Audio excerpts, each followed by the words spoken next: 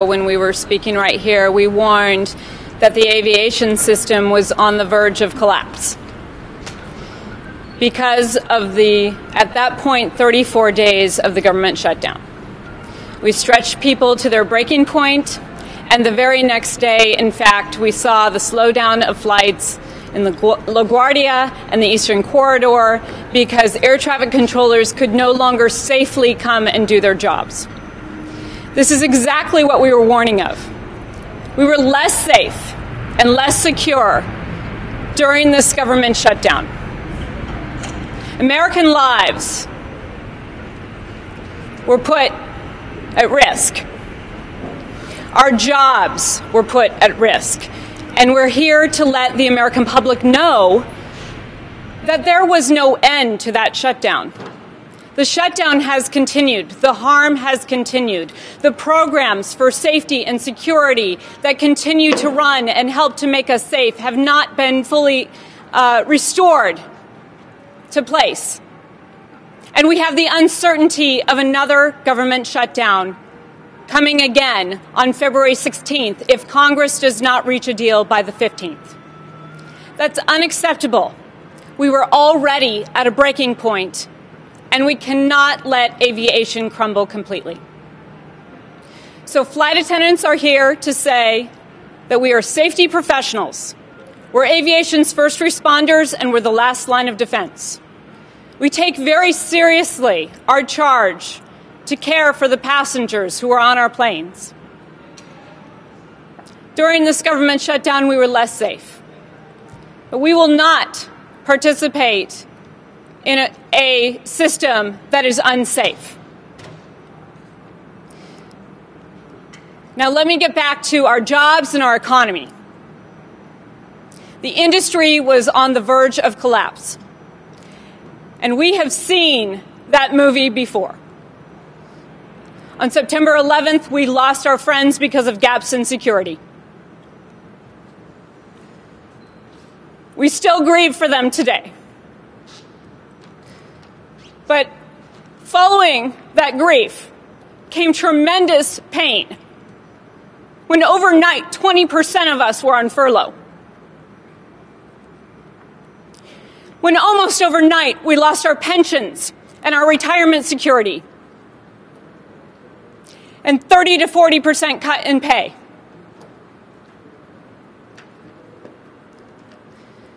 There were gaps in security then that we closed after September 11th. But during this government shutdown, we opened up gaps in our security again and gaps in our safety. And that is unacceptable. And that is why we're here saying we cannot go to a day 36 of this shutdown. So we're calling on the American public. If Congress chooses chaos and chooses to put our industry into turmoil, we're calling on the American public to join us at airports around the country on February 16th. Come out, join us there. We have a website that is called generalstrike2019.org where events will be posted and where you can host an event yourself. Now, we understand that this country has not had time to prepare for a general strike. But there are things that we can do today, and there are things that we must do today to support our federal workers who keep us safe, to keep our aviation system running, and to make sure that this Congress is keeping our safety and security out of politics. February 16th is a Saturday. People are off work, and we ask them to come to the airports and support us and let Congress know that we are going to stand together as Americans to keep our aviation system safe and secure, to keep our country safe and secure, and to keep our economy humming. Now, I'm really happy to say that we have incredible partners in this already. Some of them are here today.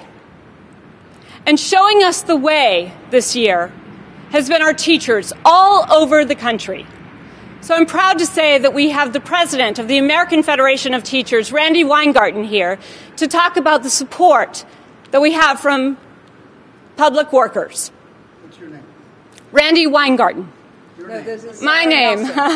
My name is Sarah Nelson. I'm the president of the Association of Flight Attendants, CWA.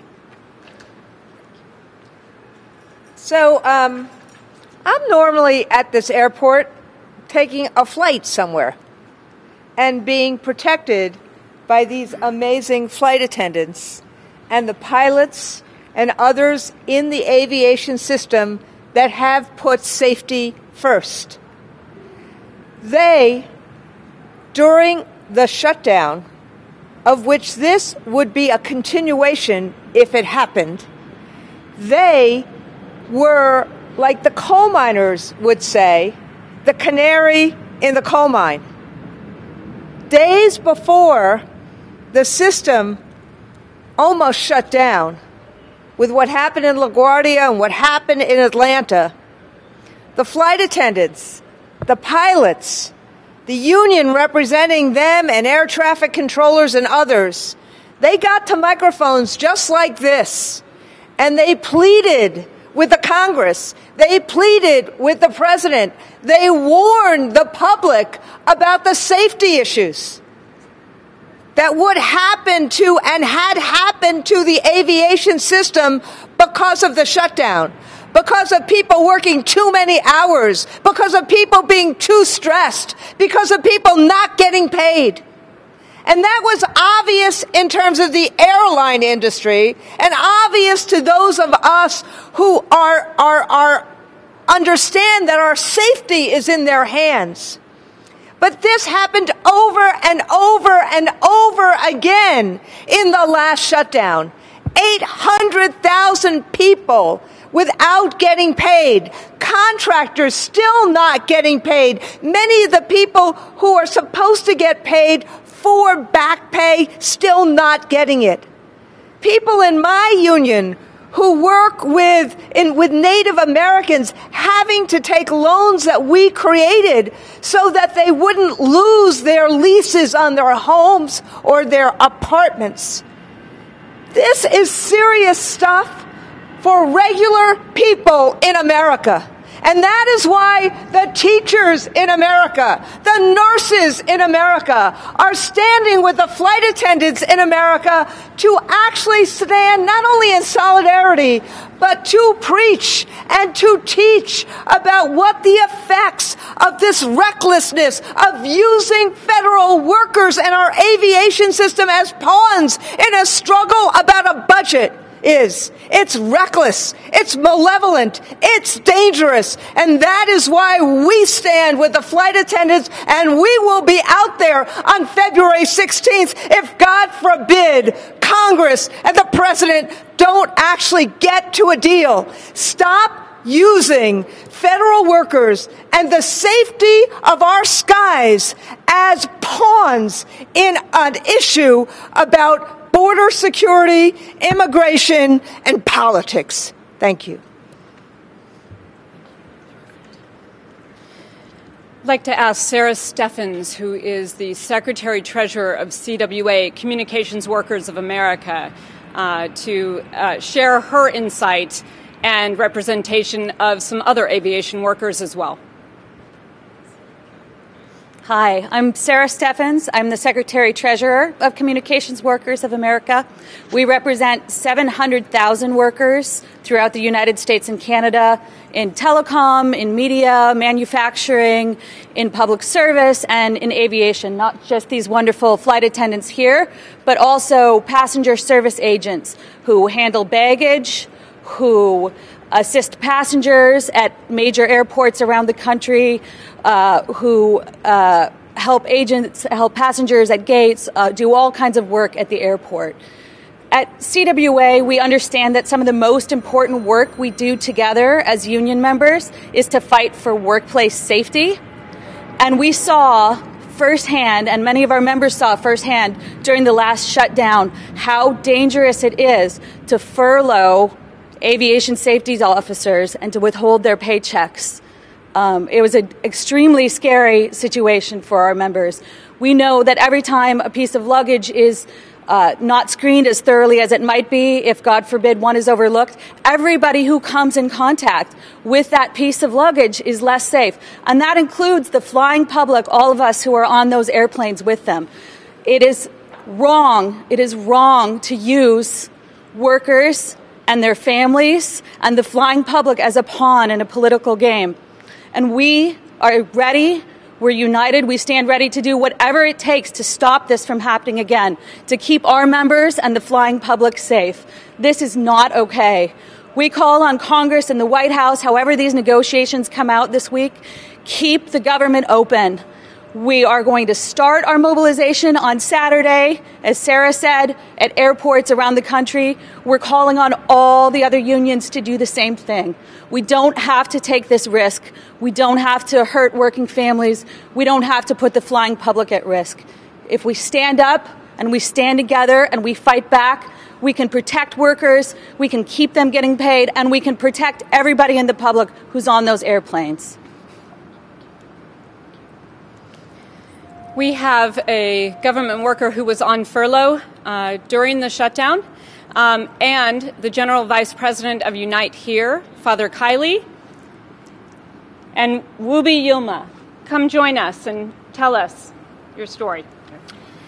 So I'm Father Cleet Kiley from Unite Here, the Hospitality Workers Union, and we want to stand in solidarity also with all of the federal workers, but we want to bring some special attention to the contracted workers who have not yet received any back pay, and the threat of another shutdown will be catastrophic for their families. Most are lower wage workers and cannot afford these kinds of disruptions. They're liable to lose their homes, their leases, medicines, food, all kinds of things really are a threat to these workers.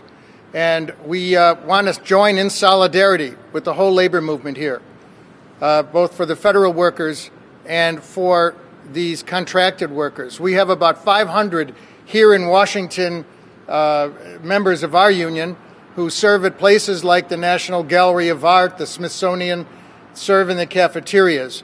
And one of my colleagues, Wubi, is here, and I'd like her to speak. Thank you. My name is Wubi Yilma, and I am working for National Gallery of Art, Star Catering Construction. And we are a contractor. We didn't get any back pay, or we are not going to get any back pay.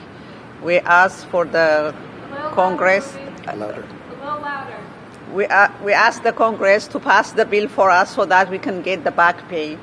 Whenever the shutdown happens, we are the one who's always hurting. We are not getting any back pay at all.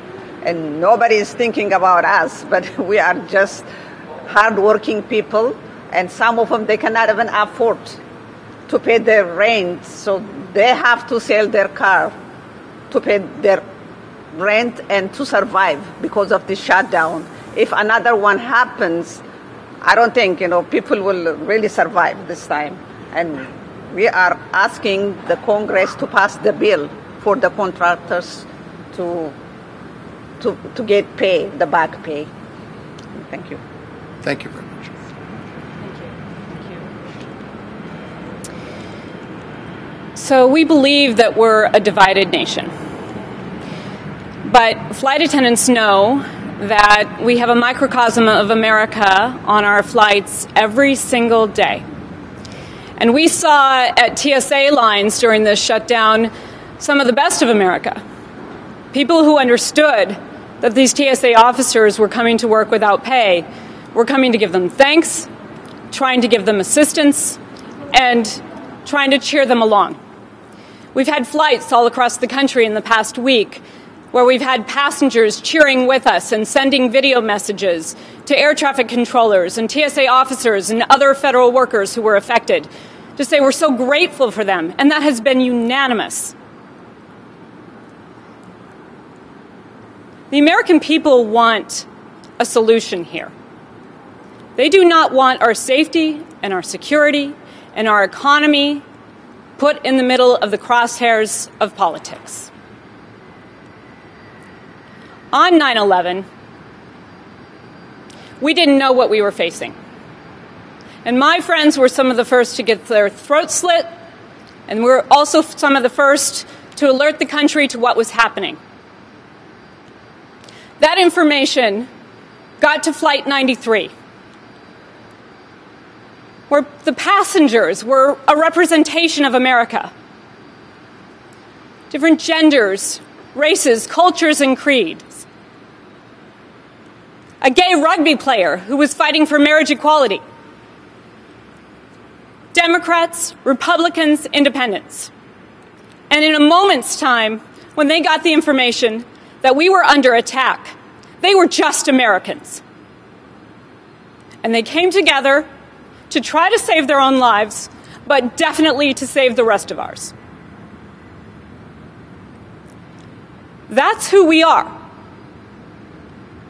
And that's what we're calling on Congress to remember. The government needs to stay open. Federal workers should not be put in the middle of politics, and the lives of the American people should not be put in jeopardy. Keep the government open, no day 36, but if you do, if you choose chaos, we will choose order. And we will make sure to keep the public safe. Thank you. We'll take some questions. Talk a little bit more about what you're specifically planning to do on Saturday if this happens. So, if this happens on Saturday, as we've warned, the system is already at a breaking point. If we tell air traffic controllers and transportation security officers and the other people who've been required to come to work without pay that the uncertainty will continue, that their back pay won't even get to them because it's not scheduled to get to them until March 5th, that they won't be able to take care of their families, they were already stressed to the nth degree, and the system started to crumble. So we're saying we may not have a choice here.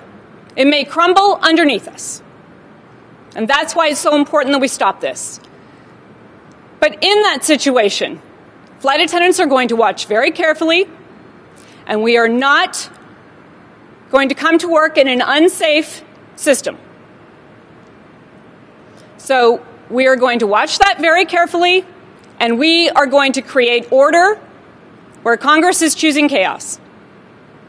Now, there's plenty that the American public can do in support of our efforts to keep our skies safe. We ask everyone to come out to airports, everyone to come together, like our colleagues did on Flight 93, and take action for our country. It's that serious. And as Randy said, we're going to preach and teach so that people understand what's at stake. Because that's important so that people act. We can't let this unravel.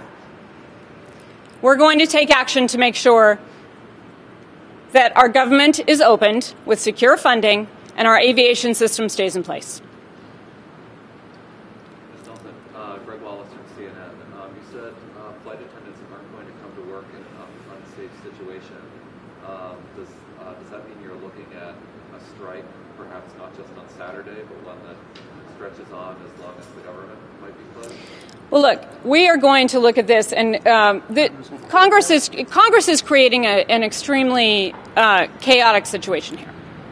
And flight attendants are going to make sure, and our union is going to make sure, that any action that we take is done in an orderly fashion that is keeping people safe. So this is not about a strike. On any day in aviation, aviation workers can make a determination that the conditions around a single flight are not safe. And in that case, we sound the alarm. And we say we cannot work in unsafe conditions. That happens every day. Now, we run the safest transportation system in the world, so it's very rare when it happens. But when it happens, we raise the flag and we refuse to work that flight. And if the entire system is in jeopardy, we have that same right. This is not a strike. We want the aviation system running. We want our airlines running. What we're saying is the action or inaction of Congress is going to ground our airlines. And we cannot allow that to happen. So we're asking people to come out, and whatever action we deem is necessary to keep aviation safe, we ask you to come out and support us at our airports around the country.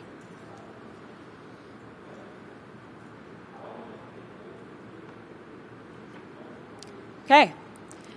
Thank you very much. We appreciate you coming, and we appreciate your efforts to let the American people know what's at stake. I want to thank everyone who's here today, and all of our partners who are with us and are not here today as well. Thank you.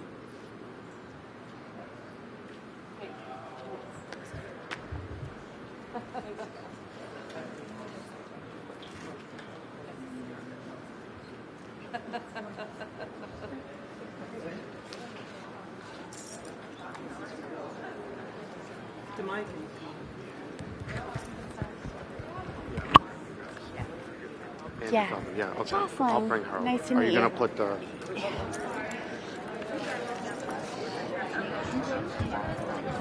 Yeah, we're just coming right now. Perfect. Hi, Sarah. Thank you. Yes, please. So for those just tuning in now, we're here with Sarah Nelson, head of the Flight Attendants Union. Can you tell those just tuning in a little bit about why we're here and the power of collective bargaining? Yeah. Well, the power of collective bargaining is huge. I mean, unions have made sure that we could have this as a career, right? And that we would put in place safety measures that keep the traveling public safe. We kept smoking off of our planes and knives out of the cabin and made sure that the FDA would have oversight of food on board. These are some of the issues that unions have worked on that have made a difference in the public's experience. But today, what we're really doing is sounding the alarm that our safety, fundamentally, and our security is at risk with a continued shutdown. This will not be another shutdown. This is a day 36 of a continued shutdown that is already caused tremendous harm. We've never seen anything like this in U.S. history. We can't even calculate how much risk is entering the system. Well, and, you know, you were at the State of the Union, correct? And the president has taken no accountability for this situation. Why do you think that is? Well, I think that we need to talk with the people who have the power to change this, and that is Congress. And Congress can choose order here. So if we can't, when you can't make your argument to someone, when you're at the bargaining table and you can't make your argument properly to management, or they're not hearing you, you're not breaking through, sometimes you have to go over their head. And so or go to their board and put pressure in other places. But really, you know, people's representatives in Congress can fix this. Congress can choose to make sure that we no longer have American lives in danger and that our economy is not going to collapse because our airline industry will fall apart. They can choose that. They can choose that, and they should choose that, because no one will get out unscathed in this situation. No community will be able to survive half of aviation on the ground because it's not safe to run at full capacity. No one will be able to recover from that, because if you compare this to the gaps in security of 9/11, and we took our aviation system down in a safe way, we still had all the pieces in place to pick up and allow it to fly again once it was safe. In this case, we're talking about unraveling a system that will be so damaged it will take years to recover from. So we're talking about very real risk to our jobs, to our economy, and in the meantime, God forbid, our safety and security. So we are asking everyone to come out and join us. We have called for a discussion of a general strike because we've never seen times like this. This is unprecedented, the action that government is taking, to have people work for over a month and stay with that insecurity and be forced to come to work without any pay. That is immoral, and it is not something that we should be accepting in this country as well. But that discussion shouldn't stop us. If we're not ready to go to a full general strike where everyone comes out in the streets and off the job, then let's all come together and do what we can. And on a Saturday, around airports at the country, many people can come out and join us and say, I don't care if I'm a Republican or Democrat or independent. I don't care which community I come from. I'm an American first. And in America, we make sure that people are paid. And we make sure that we are safe. And we make sure that we are secure. And so don't put our safety and security and our jobs in the middle of politics. Well, and I think you've done a great job of highlighting the fact that the president who claims to be, and Republicans who claim to be concerned for national security are putting us in an incredibly insecure position. And with the airport workers willing to strike, that is a big bargaining chip that we have. And I think you're absolutely right to call on everyone to support. Is there anything else you want our viewers to know? Well, I think that we should be really clear. Flight attendants are not interested in striking. Flight attendants are interested in keeping us safe. And we do have the right under federal law, if we believe that our lives are in danger, that we can raise the flag and keep everyone safe and refuse to fly. And so we will exercise that right at the point when we need to. But in the meantime, there is so much more that everyone can do to say that this is unacceptable and to band together and to support federal workers who have been supporting all of us for the last 2 months without pay and living with this incredible uncertainty. We can support 2 million Americans who have come to work to keep us safe and to keep our economy going. We can do that, and we want to do that, and we should do that. And we should approach this like any other natural disaster. We've seen it all over the country where people come together. It doesn't matter what you look like. If you're in a river in Houston when Harvey hit, there's a human chain to go out and get you.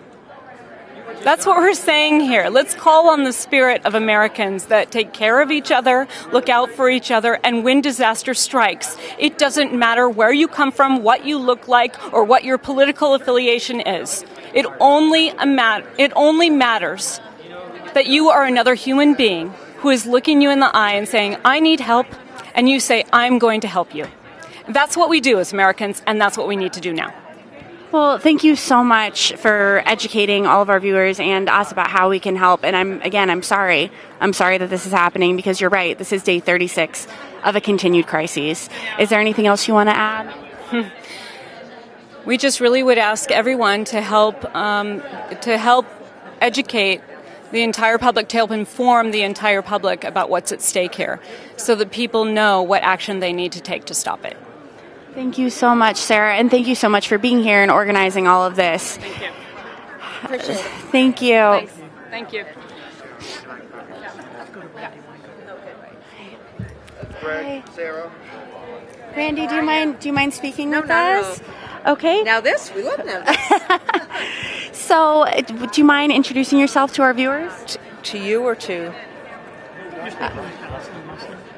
Okay. You're fine. I'm fine. So here? Okay, sorry. I'm sorry. Okay, my name is Randy Weingarten. I am the president of the AFT, the American Federation of Teachers, and we represent 1.7 million people, many of whom understand what struggle means, see it with respect to our kids each and every day, and want to make sure that our kids are safe, our skies are safe, and that the government does not shut down again. We do not want this kind of recklessness and malevolence to the work that is needed by the American people. Well, so, and Randy, this has been a really busy few months for teachers organizing to protect the rights of students in their own pay equity. What would you say to people about not just the government shutdown, but the LA teacher strikes and all over the country this past year? So what is happening more and more, and you see this with the flight attendants today, and you see this with the strike in LA 2 weeks ago, the strike in Denver today, the walkouts by Oklahoma teachers, Arizona teachers, West Virginia teachers, that we are now standing on behalf of community to fight for what children need. to fight for what communities need.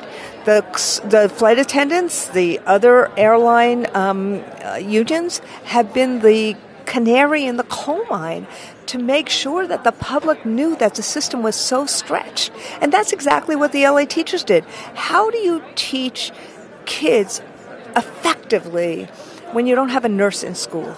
When you don't have guidance counselors, when you have class sizes that are so high, you can't reach kids. And teachers were saying, we want our public schools to be effective. We want our neighborhood public schools to be there for every single child, but you got to help us out here. We can't do it alone. And so what's happening throughout the country is that we are making the investment fights. We are making the fights for community as the representatives of those who are making a difference in the lives of kids and in the lives of community. Well, and I think something that's particularly egregious is you have a lot of these districts that have a tax surplus, have more than enough money, sometimes $1 billion surplus, to hire new teachers, to keep class sizes from being 50 children per public school teacher. Why do you think these people are allowed to get away with this? So it's actually even worse than you think. This is exactly what you said. This is a matter of choices. But what we've seen over the course of the last 10 to 20 years, in particular right after the 2008 recession, do you know that right after that recession there were huge cuts to schools throughout the country, K-12 and to higher education? 25 states still spend less on public education today than they did before the 2008 recession, and 41 states spend less on higher education. That's part of the reason why student debt has gone up from $600 billion to $1.5 trillion. It is a cost shift. So teachers are spending more money on supplies. You see more kids in classrooms. You see less art and music. You see crumbling buildings. You see less of the mental health services that everyone knows we need. And then on top of that, in some places, as the economy has recovered, like Oklahoma, like West Virginia, what you've seen is that Republican-dominated legislators have gone for tax cuts for the rich instead of investing in children. Maybe it's because children don't vote. Maybe it's because they get huge amounts of money from these rich folk. But at the end of the day, our obligation, that's why we are fighting to fund our future, which is what the AFT is launching over the course of the next month. That is why we are standing with parents and kids and community to fund our future. And, I think you make an excellent point. A lot of working and middle-class people have been gaslit into thinking there isn't enough money in the budget, and that's simply not true. Yeah, choices. It's really choices. If Donald Trump could bust the budget and create an additional $1.5 trillion deficit on a tax cut for the rich, which now middle-class taxpayers are saying ain't going to give them much. Why can't we invest in children? If we can go to the moon, we can invest in children. If we can be the wealthiest country in the world, we can invest in children. And when we invest in children, then what happens is that children then seize their futures. And so it is just, it doesn't make any sense to me that we talk a good game about kids, but then we don't invest in them. This is a matter of choices. And this year, frankly, in 2017 and 18, many communities across the country actually passed tax levies, actually increased their own property taxes because nobody else was doing it. Why don't we have a fairer system of progressive taxation? That's what we're looking for. That's why we're asking states to invest in kids. Why don't we have, for example, special needs kids? There was a promise made that when that law passed to have monies for Individuals with Disabilities Act, that there would be 40% of the needs would be funded by the federal government. The federal government has enough money to do it. It's a matter of choices. But they didn't do it. What they did was they paid for 16%. Could you imagine if school districts across the country had 40% instead of 16%? The mental health services, the other services that could be there for all children. Well, and especially when you consider psychological and academic research on the ways in which children who are underserved are likely to turn to crime and other things versus becoming productive, generative members of society. I mean, let me just say the well-being of kids. Kozel's research from years ago said that, they could figure out how many prison beds by the number of kids who weren't reading with proficiency by grade 3. I mean, we have the ability to turn prospects around for kids, but you have to give us the resources to do it. Teachers want what children need, but we can't do it alone, and we need those resources. We need those supports. We need smaller class sizes so we can individuate instruction. We need to have mental health services. We need to meet children where they are. We need the food services. Think about what happened with the last shutdown when all of a sudden you didn't have, a lot of money from the Ag Department that went to school lunches were starting to dry up. What do we do when that may be the only hot meal that a kid gets during the day? So this is a matter of, these are, because they are children, that children don't vote. They're adults, they're teachers, they're parents, have to stand in for them. And that's frankly what these strikes have been. Thank you so much for being with us. Is there any way that our viewers can support you? Yes. Look, we're doing a lot every single day. But right now, we are focused on funding our future. We are doing launch events in the month of March. This week, I'm testifying before Congress to fight for the $100 billion for school infrastructure so we can stop crumbling buildings, winters without heat in schools, summers without air conditioning, books that actually say Donald Trump is president, not Bill Clinton, things like that. But so please, help us in any of these campaigns. You can follow me on R. Weingarten at Twitter or AFT Union or our website, aft.org. But please help us in this campaign and our campaign to abate student debt so that kids don't have that kind of burdensome debt, and our campaign to make this week, the week of the anniversary of Parkland, to make our schools safe. Without, hardening them or having more guns in schools, to make sure we have mental health services, and to also make sure that people have the kind of schooling that they need and want to seize their dreams. That's what we're about. Kids need to seize their dreams. We need to make sure that that works for children. Thank you so much for being here, Andy. I appreciate it. Thank you. Okay. So, yeah. Thank you so much. So for those just tuning in, we are at National Airport in Washington, D.C. We've been speaking with union leaders and teacher unions, the flight attendant unions, and airport workers coming together to say, if we have another shutdown, this will not be day 1 of a new shutdown. This will be day 36. Continuing Trump shutdown. The average federal worker lost thousands of dollars. And the amount of harm done to public safety and public infrastructure is the sort of thing that kind of can't be monetized or quantified right now. People are very upset, as they should be. Please call your representatives and remind them to not let this president run roughshod over our country's security. Thank you so much for tuning in, everyone. We'll see you later.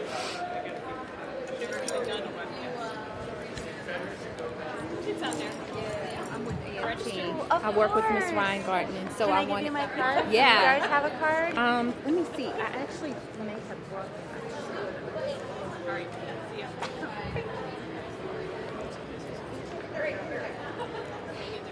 Oh, you know what? Wrong.